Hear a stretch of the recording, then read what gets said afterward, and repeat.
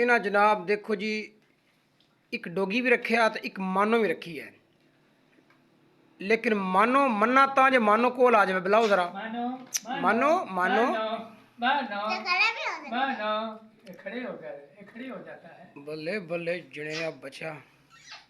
मानो मानो मानो मानो। अच्छा ये हज़रत अबू हुरैरा जेड़े सन वो बिल्लियां रखते सन, शौक सी उन्हें बिल्लियां दा।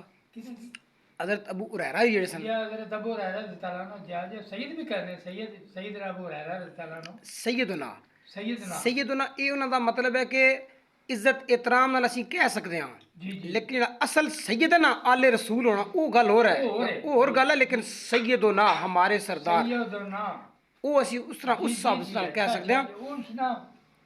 अब मैं ये मानो कर की बुलाओ न कर मालो, मानो मानो मानो मानो बेटा इधर आ जाए, शाबाश। इधर आओ मानो मानो एक दस्तरखान तै मानो मानो भी है ते नाल माना भी है जी। देखो फकीरा ने क्या शान है जी, जी एक दस्तरखान एक तै। दफा मैं देखा जी मेरे को दस्ती थी दस्ती सी दस्ती अच्छा ਉਹ ਜਨਾਬ ਮੇਰੀ ਇੱਕ ਦਿਨ ਲਾਇਬ੍ਰੇਰੀ ਚ ਆ ਗਏ ਜਨਾਬ मैं उन्होंने मैं कहा चलो उधर फिर चल गए उन्होंने आख्या क्या किया मैं कहा सिर्फ आपने बोली ची दसे दो में निकल के बाहर मैं कहा मैंने भी बहन नहीं देते पे क्या बात, चलो ठीक है जी।